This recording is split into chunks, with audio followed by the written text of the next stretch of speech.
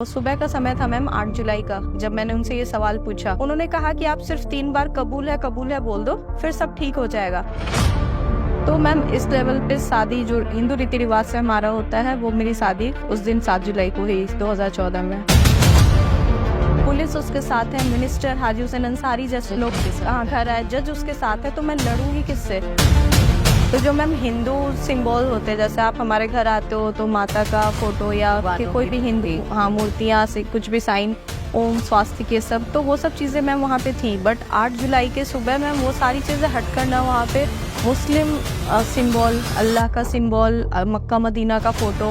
बेटा ma'am cigarette पीकर मेरे मुंह पे धुआं फेंकता था। तो मैंने AK-47 9mm पिस्टल देखा, जिससे वो मुझे टॉर्चर करता था 9mm पिस्टल दिखा कर कि भाई तुम्हें पता भी नहीं लगेगा, क्योंकि समझ लो मुझे इसके लिए लाइसेंस नहीं चाहिए, कहाँ मार के फेंक दी जाओगी।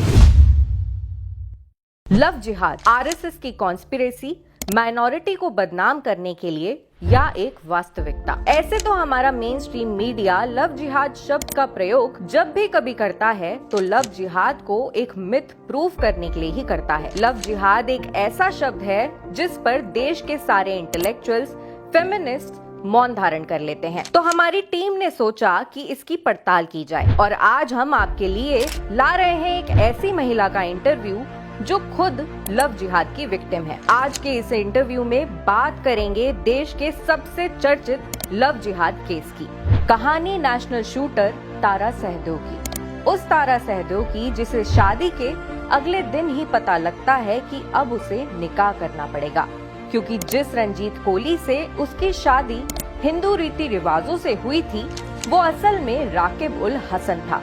आइए बात करते हैं तारा सहदेव से। तो तारा जी, अपने बारे में आप कुछ बताइए। मेरा नाम तारा सहदेव है और मैं रांची की रहने वाली हूँ, और मैं बाय प्रोफेशन शूटर हूँ, नेशनल लेवल शूटर रही हूँ, और अब मैं इंटरनेशनल जूरी हूँ। साथ ही साथ मेरा एजुकेशन में मैंने PG डिप्लोमा कर रखा है, और मैं स्पोर्ट्स कोच भी हूँ। तो जैसा कि हम जानते हैं आपके केस के बारे में, तो आप और रंजीत कोहली मिले कैसे? मैम 2014 में मुश्ताक अहमद, जो मेरे केस में जैसा कि आपने सुना होगा जिसको सज़ा हुई है, वो हमारे शूटिंग रेंज पे आए थे वहाँ पे, और रांची में जब हम प्रैक्टिस करते थे उसी दौरान उन्होंने मेरे ब्रदर और फादर को भी अप्रोच किया था कि एक कोई लड़का है जिससे वो मिलवाना चाहते हैं, क्योंकि वो हमारे डिस्ट्रिक्ट के जज रह चुके थे। तो मेरे फादर और भाई ने ट्रस्ट किया कि जो आप बोल रहे हो ठीक होगा, उन्होंने लड़के से मिलवाया। क्योंकि मेरा मैम था कि मैं परस्यू करना चाहती थी अपने शूटिंग करियर को, क्योंकि तब मैं 22 ईयर्स की थी, और मैं नहीं चाहती थी कि इससे शादी होने के बाद मुझे किसी भी तरीके से अपना करियर परस्यू ना करने को मिले। तो मैंने उनको डायरेक्टली कहा, अपने ब्रदर फादर को, कि अगर आप चाहते हो तो आप लड़के को हमारे रेंज पे भेजो, वो देख ले मैं किस माहौल में रहती हूँ। वैसे ही मैम वो लोग आए, मुश्ताक अहमद अपने कुछ दोस्तों के साथ, और DSP लोग जो साथ में उनके आते थे, वो लोग सभी आए। उसी दौरान उन्होंने पहली बार मुझे मिलवाया कि रंजीत सिंह कोहली के नाम से ही मुझे इंट्रोड्यूस किया गया, मेरे फैमिली को इंट्रोड्यूस किया गया, और फिर सभी चीज़ों को जैसा कि उन्होंने आगे चलकर बताया, तो उनके फैमिली से मिलने के लिए सब लोग आगे बढ़े। मतलब ये बातें मैम फिर वहाँ से कंटिन्यू हुई। तो उनकी फैमिली में किस किस से मिलवाया गया आप? मैम उसके फादर की डेथ हो चुकी थी, उसकी मदर थी जो उनके साथ रहती थी, उनकी सिस्टर थी जो मैरिड थी, और उनके बच्चे थे, वो लोग से मिलवाया गया। और उनकी मदर एक्चुअली उनके साथ अकेली रहती थी जिस जगह पे ब्लेयर अपार्टमेंट जहाँ उसका रहना होता था, और हमें यही बताया गया था क्योंकि ऑब्वियस ये एक बेटा है और बेटी ऑलरेडी मैरिड है, तो मुझे उनके साथ ही रहना था। तो हमारी जब रिश्ते की बात हुई तब भी मदर ही सामने आई थी सारा कुछ रिचुअल जो भी करने के लिए। तो जब रिश्ता पक्का हो गया आप दोनों का, तो रिश्ता पक्का होने के कितने टाइम बाद फिर शादी हुई आप? मैम लगभग 2 महीने के अंदर हमारा वो हो चुका था ये इंगेजमेंट, क्योंकि मेरा था कि मेरे नेशनल्स आ रहे थे, उनका था कि मैं चाहता हूँ कि, क्योंकि रंजीत सिंह कोहली का भी एज था काफ़ी, तो उसने था कि भाई मैंने मदर की वजह से अब तक शादी नहीं, क्योंकि मदर को अब आप पसंद हो तो मैं देर नहीं करना चाहता हूँ। और मुझे था मैम कि अब अगर करना है, फादर ने डिसीज़न ले लिया है, तो मैं भी चाहती थी कि, क्योंकि वो रांची में ही रहते थे, बहुत ज़्यादा चेंजेस नहीं होना था, तो हम लोगों ने विद इन फैमिली मेम्बर्स ने मिलकर जो इंक्वायरी करनी होती है, जो उसने हमें बताया। रंजीत सिंह कोहली एक बायोटेक कंपनी थी उसकी, जो प्लांटेशन जो आप कहते हो ना सरकारी टेंडर के साथ फिल करते हैं, कौशल प्राइवेट लिमिटेड के नाम से। तो जो फैमिली को मैम करना होता है ना, उनके फ्रेंड फैमिली सोसाइटी से जाकर पता किया, तो वहाँ पे मैम हर एक चीज़ रंजीत सिंह कोहली के नाम से था। और जब बड़े बड़े लोग जैसे DIG लेवल के लोग उसके तरफ से आए थे कि हाँ भाई हम इस बंदे को जानते हैं, तो आप समझ सकते हो एक नॉर्मल फैमिली इससे ज़्यादा क्या ही किसी पे ट्रस्ट कर सकता है, कि ठीक है, जब इतने अच्छे रिस्पेक्टेड, हम रिस्पेक्टेड मानते हैं मैम सोसाइटी में जो उस पोजीशन पे होते हैं, उनके रिश्तेदार से ज़्यादा हमने उन लोगों पे ट्रस्ट किया था, मुश्ताक अहमद जैसे लोगों पे जो रिश्ता लेकर आए थे। तो रंजीत सिंह कोहली और रकीबुल हसन और आपकी शादी कैसे हुई? मैम जैसे कि मैंने बताया, मुश्ताक अहमद जो थे, जो मेरे केस में जिसको 15 साल की सज़ा भी हुई है, वो इंसान था जिसने मुझे इससे इंट्रोडक्शन कराया, मेरी फैमिली को मिलवाया। वो रंजीत सिंह कोहली के नाम से विजिलेंस रजिस्ट्रार थे मुश्ताक अहमद हाई कोर्ट के, ठीक है। जिन्होंने ये रंजीत सिंह कोहली कह के इंट्रोड्यूस करवाया था। और फिर उसके इंट्रोडक्शन के बाद ही फैमिली का मिलना जुलना हुआ। उन्होंने कहा कि भाई जो मेरा था मैम, कि जैसा मैंने आपको बताया मैं एक शूटर हूँ, तो मैं अपनी शूटिंग करियर परस्यू करना चाहती थी। तो उन लोगों ने सारी चीज़ों के लिए हाँ कहा कि हमें कोई प्रॉब्लम नहीं है। जी। शादी भी वो जल्दबाजी में करना चाहते थे, इसके लिए भी मेरी फैमिली ने कहा, क्योंकि एक लड़की की शादी में हम समय चाहिए होता है। तो उन्होंने कहा मेरी माँ की तबीयत बहुत ख़राब है, और क्योंकि वो बहुत एजेड है, वो चाहती हैं कि उनके रहते मतलब उनके घर में बहू आ जाए, उनकी देखभाल कर सके। तो मैम उस टाइम मेरी मदर की डेथ हुई थी कुछ समय पहले। तो कहीं ना कहीं हम इस इमोशनली आप समझ सकते हो इस टॉपिक को लेके बहुत ही वीक थे। बिल्कुल। तो मुझे लगा कि ठीक है, अगर हो सकता है, जैसे मुझे माँ की ज़रूरत है, उनको भी एक बेटी की ज़रूरत है। बहुत ही मैम अच्छे बिहेवियर के साथ वो सामने आए। इन सब फैक्टर्स के साथ ही मैम मेरी शादी उससे 7 जुलाई को हुई। 7 जुलाई को रेडिसन ब्लू रांची में मेरी शादी हुई, जिसमें सभी लोग आए, उसके फैमिली के और मेरे फैमिली के, और उन उसके तरफ से इंदर सिंह नामधारी जैसे minister, Mushtaq Ahmed vigilance registrar, DSP कई आए थे। तो मैम इस लेवल पे शादी जो हिंदू रीति रिवाज से हमारा होता है, वो मेरी शादी उस दिन 7 जुलाई को हुई 2014 में। हिंदू रीति रिवाजों से आपकी शादी होने के बाद, जैसा कि पता है हमें, उसके बाद फिर कब पता चला आपको कि ये दूसरे धर्म के हैं? मैम शादी के तुरंत बाद मेरी जैसे विदाई होती है, विदाई 7 जुलाई की रात में ही हुई। 8 जुलाई के मैम सुबह, जो पहला सुबह था मेरा, उस दिन उसके घर का सब कुछ चेंज था। जो हमने शादी के पहले मैम जब घर आना जाना हुआ था उसका, कई बार डिनर में इंसान एंगेजमेंट हुआ था तब गया था।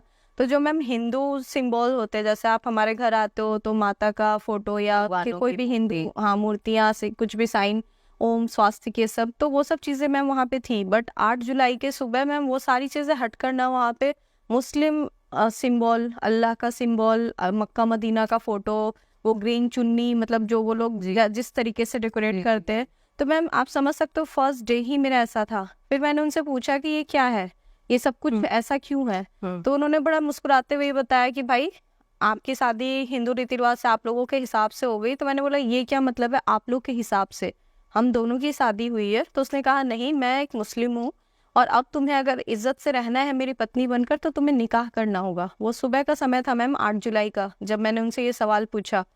तो मैम वही मेरे लिए बहुत शॉकिंग था। मैंने बोला ये शायद कोई मजाक होगा, क्योंकि मैम आप इसको सीरियसली नहीं समझ सकते हो कि आपके साथ एक इंसान ऐसा करेगा।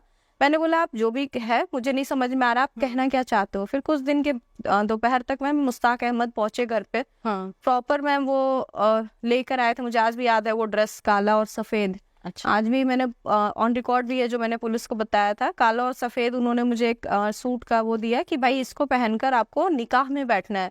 मैंने बोला मैं एक हिंदू हूँ, हमारे यहाँ मैम कहते हैं ना टच भी नहीं करते काला और सफेद कई एक साल तक लगभग। बिल्कुल। तो मैंने बोला सर पहली बात ये आप कर क्यों रहे हो, और आपने ही कहा था कि ये इंसान बहुत अच्छा है और आज आप ही मेरे लिए ये कपड़ा लेकर आए हो और ये कह रहे हो कि मुझे निकाह करना होगा। तो उसने कहा कि देखिए मोहतरमा, वो जो उसका वर्ड था, ये सब मैम ना गूंजता है मेरे कान में, कि आप अगर चाहते हैं कि आप सम्मान से जिए तो जैसा हम कह रहे हैं वैसा करिए।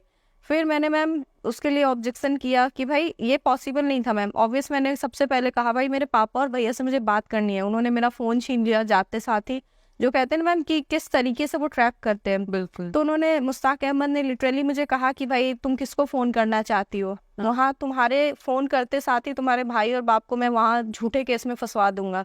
मैम वो खुद एक विजिलेंस रजिस्ट्रार था हाई कोर्ट का, तो बिल्कुल कहाँ फंस गई हूँ, मतलब मैं किससे मदद मांगूं। मैम मेरी लाइफ में ऑब्वियस आपकी लाइफ में मैम सबसे पहले आपका परिवार आता है।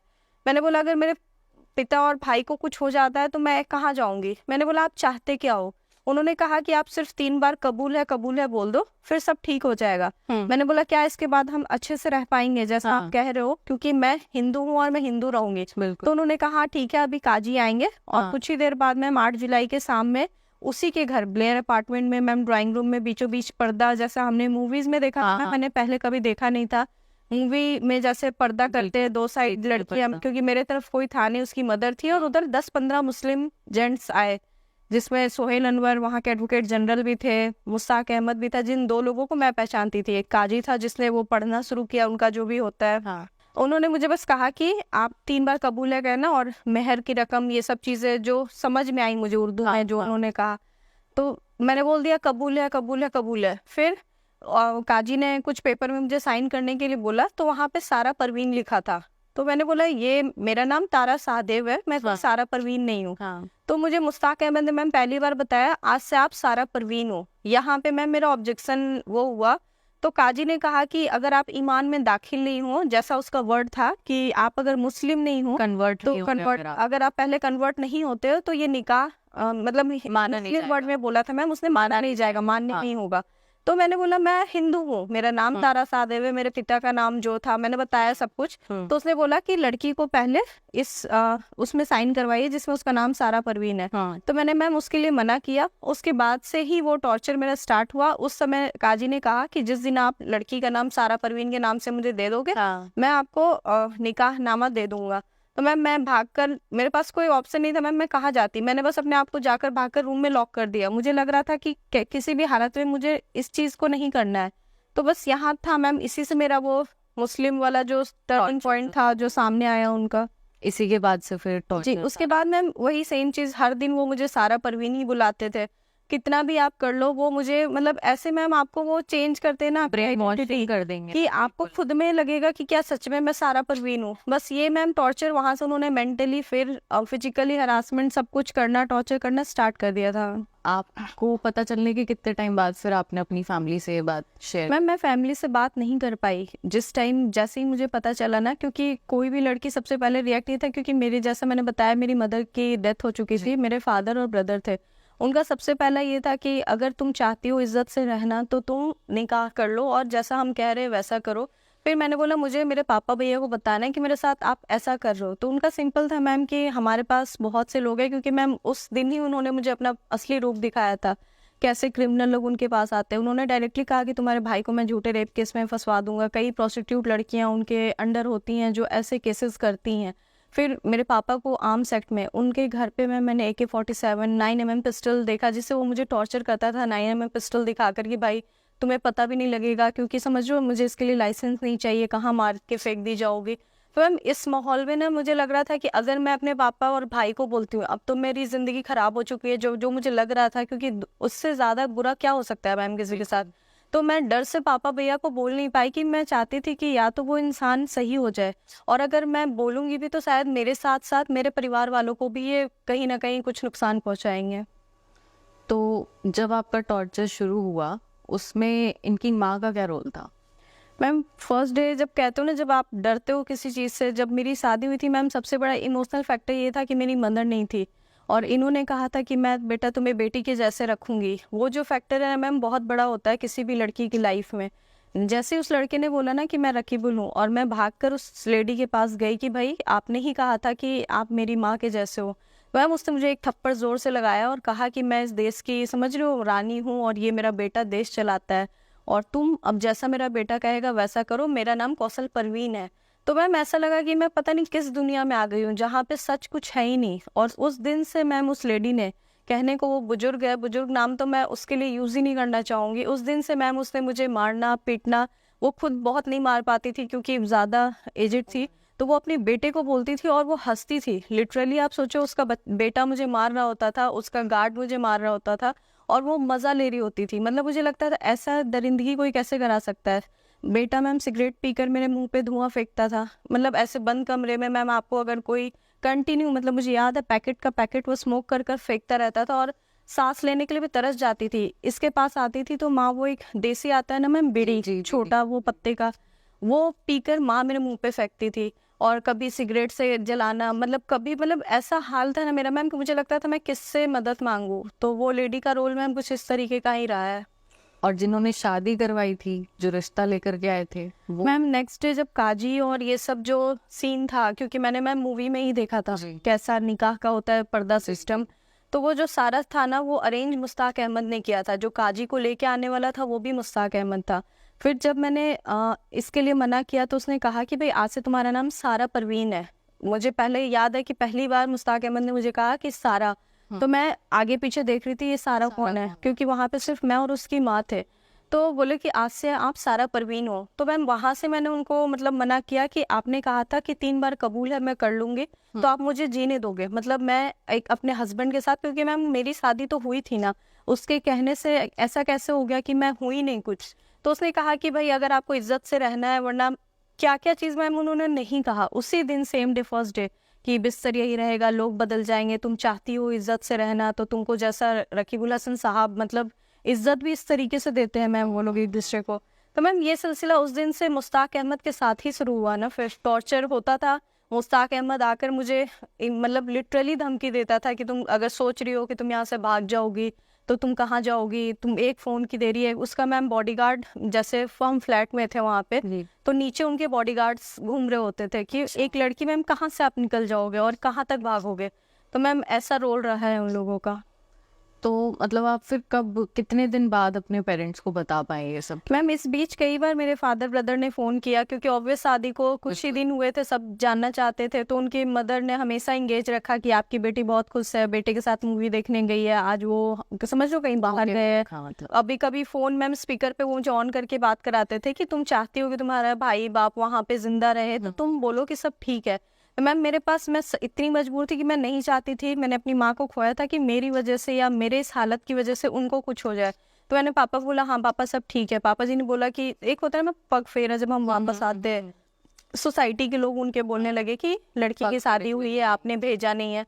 तो मैम जब उनको प्रेशर पड़ना स्टार्ट हुआ ना, तो फिर वो बौखलाना स्टार्ट हुए। उनको था कि जल्द से जल्द तुम, फिर मुझे मैम इसी दौरान मतलब 1 बार से 2 बार, कई बार मेरे पापा और भाई नीचे की तरफ आए फ्लैट में कि मैं मिलना चाहता हूँ उनसे।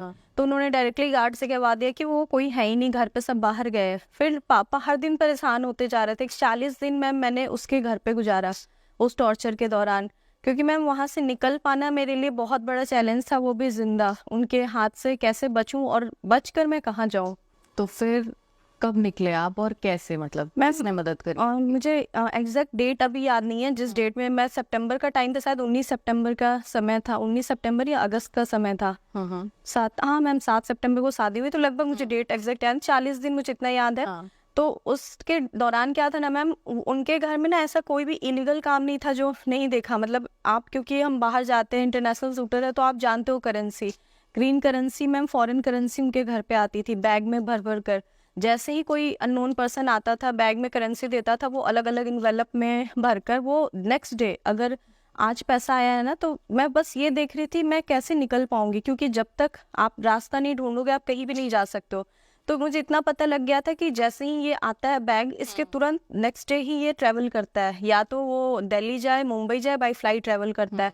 उसकी एक आदत थी, वो जब भी जाता था तो माँ को वो तुरंत फोन करता था, हाँ माँ मैं लैंड कर गया, मैं एयरपोर्ट पहुंच गया। तो माँ बड़े खुशी से मुझे सुनाती थी मेरा बेटा वहाँ पहुंच गया। तो मैं बस ये चीज़ों को नोट कर रही थी मैम, क्योंकि मुझे एक टाइम चाहिए था जब मैं यहाँ से निकल पाऊँ, क्योंकि उसके रहते मैम मैं कभी नहीं निकल पाती। उसकी मदर से मुझे इतना तो था मैम कि कुछ भी हो, मदर से तो मैं कैसे भी करके पार निकल जाऊंगी, बट वो और उसके लोग जो हैं उसको मैं क्रॉस करके आगे नहीं बढ़ पाऊंगी। तो मैम मेरा किस्मत कहिए, एक दिन पहले जब मेरी हालत बहुत ख़राब थी, क्योंकि उन लोगों ने मुझे इतना मारा था कि मैं बैकबोन से उठने के लायक नहीं थी। कई दिन तक इन्होंने मुझे लास्ट होते तक, क्योंकि मैम मुझे लग रहा था लास्ट सिर्फ मेरे टॉर्चर का नहीं था, मेरी लाइफ का भी था, क्योंकि मैं जितना सह सकती थी उतना मैंने सह लिया था। 3 से 4 दिन उस आदमी ने मुझे खाना नहीं दिया था।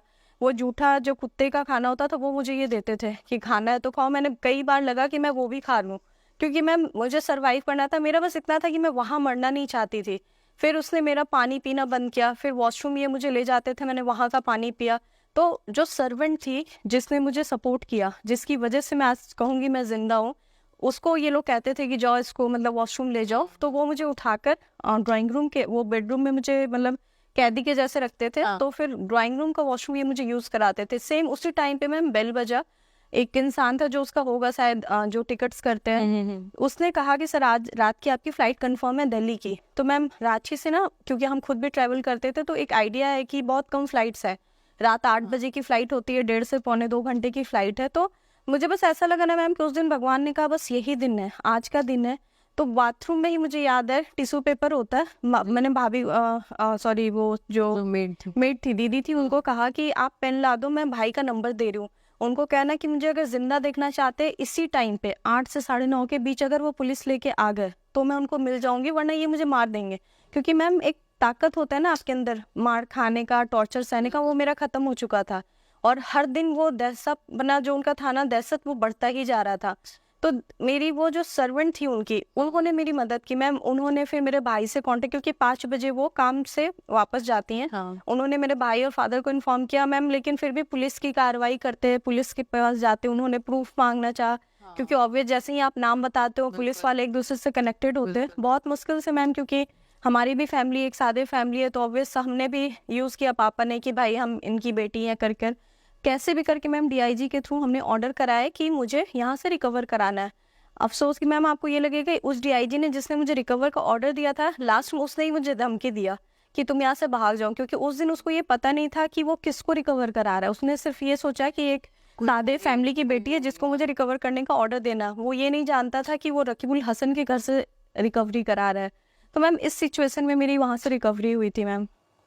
और फिर जब एफआईआर करी आपके परिवार ने तो क्या था, पुलिस का रवैया क्या था? मैम मैं बताना चाहूँगी, जिस दिन मुझे याद है महिला पुलिस भी आती है ना जब आपको करते हैं कोई भी चीज़ में, तो जब पुलिस वाले आए ना तो जज का वो जो मुश्ताक अहमद और उसके लोग थे, उन्होंने मुझे वो था मैम टेलीकॉम जो वॉल्यूम, क्योंकि उसकी मदर बहुत ऊंचा सुनती है तो हमेशा वो स्पीकर पे रहता था। उन्होंने कहा इस लड़की को बस तुम आज रात छोड़ दो और कल सुबह इसका पति आ रहा हम देख लेंगे।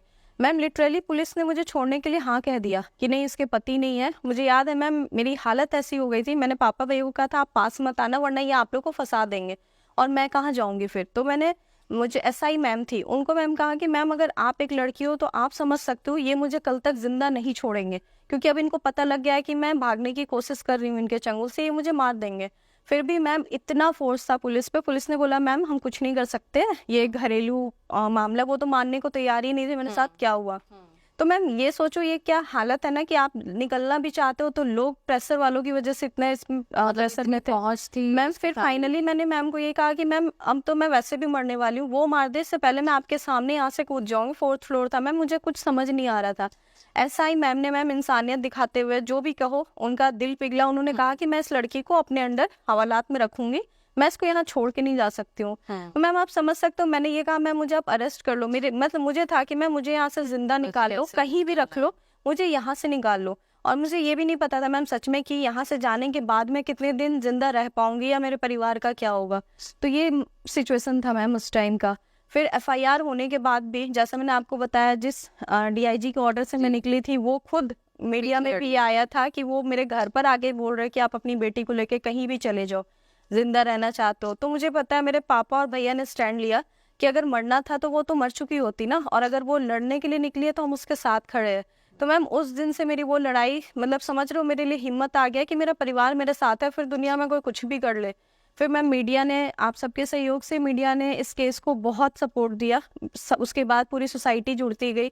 कहीं ना कहीं मैम उनको ये हो गया हाईलाइट हुआ, क्योंकि आपको याद होगा मैम अरेस्टिंग भी इसकी भागते हुए 4 से 5 दिनों के बाद दिल्ली से हुई थी, और उसको भगाने में भी उसके जज ने साथ दिया और जज ने प्रॉपर अपना बॉडीगार्ड दिया। ये सारी चीज़ें ऑन रिकॉर्ड है और मीडिया में भी आई हुई है। तो इस लेवल के लोग मैम ऐसे लोगों का इस हद तक साथ देते हैं तो हम क्या कर सकते हैं ऐसे में। तो सीबीआई कब इसमें इन्वॉल्व हुई इसके? मैम जब मेरे केस को ना एक घरेलू प्रताड़ना 498 एक्ट जो बोलते हैं ना वो लगाने पे पड़ी थी पुलिस। पुलिस का कहना था ये एक 2 पति पत्नी का मामला है और इससे ज्यादा कुछ नहीं है। जबकि मैम मेरी ये लड़ाई थी, जो मैं वहां से आई थी ये कहने के लिए कि जो मेरे साथ हुआ है, मुझे मैम मेरे केस से पहले ये तक नहीं पता था कि लव जिहाद वर्ड क्या होता है। किसी मीडिया कर्मी ने मुझसे पूछा था कि क्या मैम आप लव जिहाद की शिकार हुई हैं, तो मैंने उनसे पूछा भैया ये है क्या, तो उन्होंने कहा कि ऐसे ट्रैप करते हैं और फिर धर्म परिवर्तन। मैंने बोला मेरे साथ यही हुआ है, अगर इसको लव जिहाद कहते हैं तो यही मेरे साथ हुआ है। और मेरा यही केस था मैम कि मैं चाहती थी कि जो मेरे साथ हुआ है उसका आप इंक्वायरी करो, और जो ये लोग इलीगल वेपन कोर्ट के दस्तावेज मैम मतलब मैंने लिटरली देखा है कि ऐसे उसके ड्राइंग रूम में जज जो था वो मुश्ताक अहमद और उसके कई एडवोकेट जनरल फाइल लेकर आते थे और ये यहाँ पे फैसला लिखते थे कि हाँ आप इतना दे दो इतने ये फैसला होगा। मतलब मैम लिटरली मैंने बिकते देखा था। आज भी मुझे याद है कि वो बेडरूम में बिस्तर पे सारा फाइल लेकर आते थे। मैंने सोचा मैं किससे लड़ने की कोशिश कर रही हूँ, पुलिस उसके साथ है, मिनिस्टर हाजी हुसैन अंसारी जैसे लोग घर आए, जज उसके साथ है, तो मैं लड़ूंगी किससे। और सच में मैम वो मुझे मारता था ना, ऐसे दरवाजा खोल देता था, बोलता था भागो कहाँ भागोगी। तो मैम मुझे उस दिन फील हुआ कि क्या सच में हमारा समाज इतना कमज़ोर हो गया कि ये हैवान इतने कॉन्फिडेंस से मुझे मार कर बोल रहा है कि तुम भागो, कहाँ भागोगे। मैम कहीं ना कहीं समझते हो, उस दिन मैंने कसम खाया कि मैं कहीं नहीं भागूंगी, भागोगे तुम। फिर उसने कहा कि तुम जाओगे तो समाज से मुंह छिपाती घूमोगी। मैम मेरा यही लक्ष्य रहा है, सच बता रही हूँ। इस 9 साल में मैंने सिर्फ इस केस के फैसले का इंतजार नहीं किया, साथ ही साथ अपने करियर को भी आगे बढ़ाने की कोशिश की। चाहे वो मैं जब वहां से निकली थी, मैं 12th पास थी, कि मैम ऐसे लोगों के लिए बहुत बड़ा सबक है कि आप ऐसा कैसे मान सकते हो कि आपके गंदे काम की वजह से एक लड़की अपने पूरे जीवन को ही कॉम्प्रोमाइज कर जाए। और आपको ये कॉन्फिडेंस है मैम उनके पूरे कम्युनिटी को, उस मुश्ताक अहमद को, उसकी माँ और उन जैसे लोगों को, कि तुम यहाँ से चली भी जाओगे तो ये समाज तुम्हें जिंदा नहीं छोड़ेगा। तो मैम ये मेरा सबसे बड़ा फाइट था कि मुझे ऐसे लोगों को ये बताना था कि तुम डिसाइड नहीं करोगे कि हमारा लाइफ कहाँ पे खत्म होना है, वो तो मैम सिर्फ ईश्वर के हाथ में है। जिस दिन मरना होगा उस दिन मरूंगी, लेकिन रकीबुल ये डिसाइड नहीं करेगा कि मैं कब मरूंगी। बस यही मैम मेरा जो पूरा रहा है, कह सकते हो ना, मोटिव या मोटिवेशन, कि मुझे इसलिए मैंने ये लड़ाई शुरू की थी। तो जब ये आपकी लीगल बैटल स्टार्ट हुई तो 2017 में शायद सीबीआई इसमें एंटर हुई, तो सीबीआई का क्या रोल था इसमें, क्यों सीबीआई एंटर हुई? मैम आप समझ सकते हो 2014 में जो केस फाइल हुई, जब मेरा केस आया, क्योंकि मैम देखो मैं पहली बार किसी केस या एफआईआर या पुलिस से हमारा सामना हुआ था। मुझे नहीं पता था कि जब मैं उस बुरे हालत में हॉस्पिटल में थी, पुलिस ने मुझसे कहानी पूछा कि आपके साथ क्या हुआ, जो मैम पहली बार कहते ना वो फर्द बयान एफआईआर करते हैं, हाँ फर्द बयान कहते हैं। मैम मैंने उनको सब कुछ बताया जो भी मेरे साथ हुआ उस कंडीशन में भी, और पुलिस ने लिखा कि हाँ पति ने पत्नी को मारा, और पत्नी ने फिर समझ रहे हो मैम ससुराल से मैंने बोला सर ये तो मेरा था ही नहीं टॉपिक, मैंने आपको सारी कहानी बताई। उसमें इवन इसने ये भी लिख दिया मैम मुश्ताक अहमद एक अच्छे इंसान है। तो मैंने बोला सर ये तो आप चाहते ही नहीं हो कि मेरा केस कहीं भी आगे बढ़े, क्योंकि मैम मुझे लीगली नहीं पता था इसका कितना इफेक्ट पड़ने वाला है मेरे केस पे। जब केस मैम आगे गया कोर्ट में, मेरा 164 का बयान हुआ, उसमें भी मजिस्ट्रेट ने, ऑन रिकॉर्ड है मैम ये सारी चीजें, वहां पे भी उस मजिस्ट्रेट ने उस जज के दबाव पे लिख दिया कि हाँ भाई मुश्ताक अहमद एक अच्छे इंसान है। मैंने बोला सर मेरा तो ये है ही नहीं, जो मैं कह रही हूँ वो आपने किया ही नहीं है। मतलब आप कहते हैं ना जो मैम पीड़िता जो बोलते हैं आप वो लिखते हो, लिखा ही नहीं। मैं आपको कह रही हूँ कि मेरे साथ ऐसा किसी ने, मुसलमान रकीबुल हसन खान ने मुझे गलत आइडेंटिटी से फंसाया। वो लिख रहे कि पति रंजीत सिंह कोहली ने, मतलब मैम इस तरीके से मेरे साथ किया जा रहा था। फिर मैम कई बार मैम कई मिनिस्टर, कई अपने सीएम सर के पास हमने कई गुहार लगाया कि सर ये पुलिस के बस का है ही नहीं ये केस। जो पुलिस उसको प्रोटेक्ट करके भगाने में साथ देता है, आप कैसे मानते हो कि वो पुलिस मेरे केस को सही से जस्टिफाई कर पाएंगे। मैं मानती हूँ सारे पुलिस वाले गलत नहीं है, हर इंसान गलत नहीं होता है, लेकिन इसमें से सही कौन है मैं कैसे विश्वास करूँ, क्योंकि मैंने जो देखा है अंधेरा वो बहुत ज्यादा ही मतलब गंदा है। फिर मैम इस पे ही मैंने रिक्वेस्ट किया, फिर हाई कोर्ट में हमने अपील डाला कि हमें ये सीबीआई को ये केस देना है, क्योंकि जिस तरीके से इलीगल वेपन AK-47 मैम कौन रखता है, एक आम आदमी। जो कोर्ट के पेपर्स मैम कई आपने देखा होगा, आप लोगों के मीडिया में ही ऑन रिकॉर्ड है कि किस तरीके से कोर्ट के पेपर्स जब्त हुए हैं उनके यहाँ से, कितने सारे मतलब इलीगल काम, कितनी लड़कियों के कॉन्टेक्ट्स मिले। ऐसा कुछ भी नहीं था मैम, जो पैसा का हवाला कहाँ आता था कहाँ जाता था मुझे नहीं पता। तो मैम ऐसा कौन सा गलत काम था जो उस इंसान ने नहीं किया था। तो यही मोटिव था मैम। जाकर फिर हाई कोर्ट ने ऑर्डर दिया जो 2017 में सीबीआई का आना हुआ। फिर जाकर मैम सीबीआई ने भी 2 साल लगाया मेरे से पूछताछ करने में, क्योंकि ऑब्वियस मैम इतने बड़े बड़े लोगों का नाम था, तो वो कॉन्फिडेंट होना चाहते थे कि क्या मैं सही हूँ। उन्होंने मैम जो भी आप सही हो तो मैम चाहे कोई भी आ जाए आप सही ही रहोगे। उन्होंने बहुत सही किया, जस्टिफाई किया, सारी चीजों को देखा, और फिर सीबीआई ने मैम फाइनली मेरा साथ दिया। हर एक जगह पे मैम सीबीआई ने सारे तथ्य को सामने लाकर ये जजमेंट लाने में मदद की। फिर तो ये जो भी कुछ आपके साथ हुआ, इसके बाद क्या आप कहोगे कि आपके साथ लव जिहाद हुआ है या नहीं? जरूर कहूंगी मैम। मेरा ये लड़ाई इसी टॉपिक से है कि ये लव जिहाद जो वर्ड है, 2014 में मैं मेरा केस आया था तब देश में ना पहली बार लोग सुन रहे थे लव जिहाद। मुझे याद है क्योंकि मैंने खुद ही कभी नहीं सुना था। उस समय से लेके मैम आज का ये जो 9 साल का समय है मैम, आप मीडिया वालों के ही न्यूज में मैं हर दिन देखती हूँ मैम एक लड़की लव जिहाद की शिकार। पहले एक शहर में था, आज हर मोहल्ले में पहुंचता जा रहा है। अब ये देर भी नहीं है कि मैम हर घर में ये पहुंचेगा। तो अगर हम इस चीज को मतलब दरकिनार कर देना कि ये लव जिहाद किसी समझो जैसा लोग बोलते हैं ये एक मन घड़न कहानी है, तो मैं कहूंगी कि उन लोगों को ना उजाले में आने की जरूरत है। हमारे समाज का मैम सबसे बड़ा प्रॉब्लम ये है कि हम तब तक इंतजार करते ना जब तक केस आपके घर में ना आ जाए, आपकी बहन बेटी ना फंस जाए, तब तक आपको लगता है ये मेरी प्रॉब्लम नहीं है। तो सोसाइटी को ये तो समझना होगा मैम ये है, ये हो रहा है, और मैम अफसोस की बात है, न्यूज़ में कुछ दिन पहले आया किसी लड़की को काट कर फेंक दिया, किसी को, मतलब मुझे मैम वीडियो भेजा है कई लोगों ने कि मुझे नाम एक्चुअली मैम याद नहीं है, जिस लड़की को एक लड़के ने मारा चाकू से, कई बार वार किया, लोग आसपास से गुजर रहे, मतलब ऐसा कौन सा इंसानियत है मैम कि एक लड़की को एक लड़का सामने मार रहा हो और आप यहाँ से तमाशा बनाकर निकल रहे हो, मतलब इससे ज्यादा हैवानियत मैम कुछ हो नहीं सकता है। तो उन रकीबुल जैसे लोगों को तो हम हिम्मत दे रहे हैं ना कि वो जानते हैं कि सरेआम, जैसा रकीबुल ने कहा था, मैं तुम्हें काट के फेंक दूंगा, कौन क्या कर लेगा। तो ये हिम्मत कहाँ से आया मैम? क्योंकि हमारा समाज इसको एक्सेप्ट नहीं कर रहा है कि ये लव जिहाद हो रहा है। तो मैं आप सबके माध्यम से यही कहना चाहूंगी मैम, आज मेरा ये केस पहला जजमेंट है ऑन रिकॉर्ड, जिसमें लव जिहाद के लिए सोसाइटी, आप पढ़ोगे अगर मेरा जजमेंट, फर्स्ट केस तो जज सर ने ये चीज बताया है कि ये हमारी सोसाइटी के लिए कितना डेंजर है। इसके तहत उसको मैम उम्र कैद की सजा मिली है, क्योंकि प्रोविजन सिर्फ उम्र कैद तक था। मुझे लगता है अगर फांसी की सजा होती या हमारा कानून बनाया गया होता, इस पे अगर कानून बने, सख्त कानून, तो ऐसे दरिंदों को मैम कुछ तो डर होगा। और उन लड़कियों को ये तो होगा, जैसे मैम मैं निकली थी ना तो मुझे सच में नहीं पता था न्याय मिलेगा क्या। आज जब मुझे जजमेंट मिला ना तो वहां मैं सर को देखती रही कि मतलब सच ऐसे भी हैं लोग जो इस तरीके से न्याय दे सकते हैं। मतलब 9 साल का समय मैम, पूरी जिंदगी इंसान का एक फेज है मैम, 10 साल कहते हो आप, पूरा एक जनरेशन गैप आ जाता है ना। तो पूरा एक समय चला गया मैम मेरी लाइफ का, सिर्फ ये सोचते कि क्या होगा या नहीं होगा। आज मेरा परिवार मैम इस तरीके से मेरे साथ खड़ा था, आज मेरे हस्बैंड मेरे साथ खड़े हैं ना, तो मैं हिम्मत से खड़ी हो पाई। क्योंकि मैम इन सब के लिए जरूरी है कि समाज आपको सपोर्ट दे। तो जिन्होंने मुझे सपोर्ट दिया, इसमें भी कई निगेटिव व्यूज आए मैम, मतलब मुझे लेकर मैं मानती हूँ और मैं एक्सेप्ट करती हूँ, क्योंकि मैम रकीबुल के टॉर्चर से कई अच्छा है इन लोगों का निगेटिव बोलना, क्योंकि रकीबुल ने ये कहा था मैम ना, तो बार बार वो चीज याद आती है। ये तो वो लोग हैं जिसको रकीबुल ताकत समझता है अपनी, तो मैं उस चीज को मैम कभी भी अपने माइंड में हावी नहीं होने देती हूँ कि ठीक है आपका ये माइंड व्यू है, लेकिन ये सच नहीं है। मैं जिंदा हूँ, मैं आपके सामने हूँ।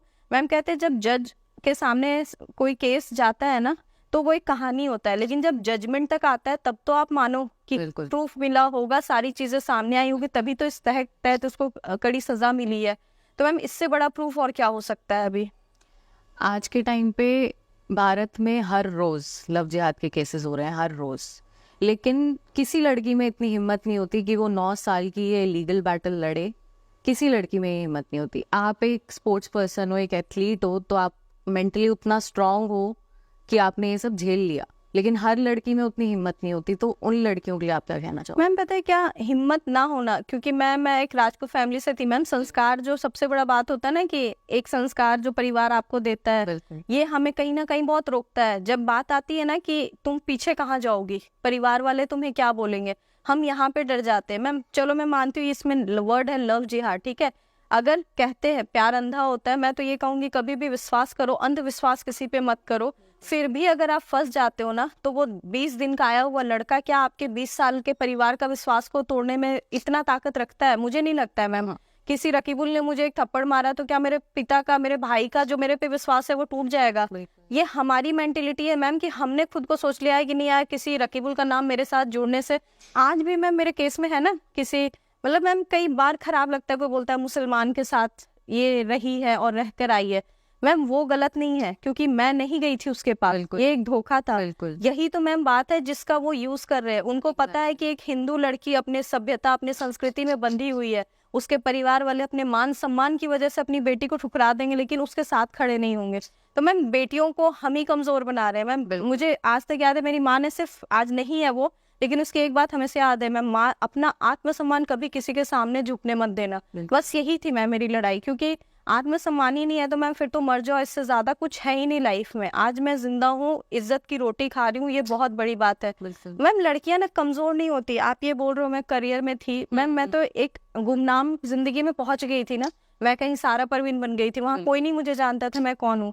ये आप डिसाइड करते हो कि आपको वहां से निकलकर उस जगह पे पहुंचना है। नहीं, मुझे मैम आज आप लोग देख रहे हो 9 साल में ये जजमेंट आया, क्या मुझे तब पता था कि कोई जजमेंट आएगा? क्या कोई भी एक इंसान मेरी बात मानेगा?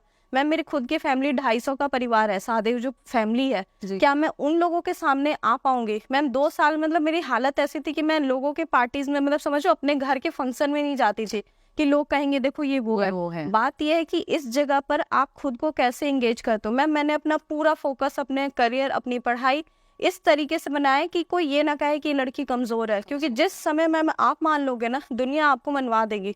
तो बस ये लड़ाई बस इतनी की है मैम कि अगर आपका विश्वास आप पे है तो कोई रकीबुल जैसे इंसान आपको डगमगा नहीं सकता। और ये भी है मैम ना, ये काटने वाला जो ये कहते हैं ना, काट दिया लड़की को, ये एक दिन की कहानी नहीं होती है मैम। ऐसा नहीं है कि कोई रकीबुल जैसा दरिंदा है आपको काट के चला गया। ये एक षड्यंत्र है मैम प्रॉपर, जो रचा जाता है, और आप अगर चाह लो तो उससे निकल सकते हो। लेकिन क्योंकि हम पहले ही हार मान जाते हैं कि समाज के सामने हम कैसे जाएंगे, हम चुप्पी साध लेते हैं कि नहीं नहीं उसको पता चलेगा, मेरे पापा को पता चलेगा। अरे मैम पूरे दुनिया को आपकी समझ रहे हो मैम, डेड बॉडी मिलने से पहले आप अपनी स्टोरी अपने मुंह से बता पाओ, मुझे वो ज्यादा सही लगता है मैम। मैं जिंदा हूँ तो आज मैं आपको हर तथ्य बता पा रही हूँ। शायद मैं मर गई होती है कि स्टोरी होता तारा साहदेव मारी गई या पाई गई, ये स्टोरी नहीं था मैम। मेरा एंड वो नहीं लिख सकता है ना, मेरा एंड तो मैं लिखूंगी कि मैंने क्या किया है और तुमने क्या किया है मेरे साथ। तो ये बहुत जरूरी है मैम लड़कियों के लिए कि वो हिम्मत लाए, ये ना सोचे। हमारा मैम समाज संस्कार जरूर देता है, लेकिन किसी को हथियार बनाने की भी उसको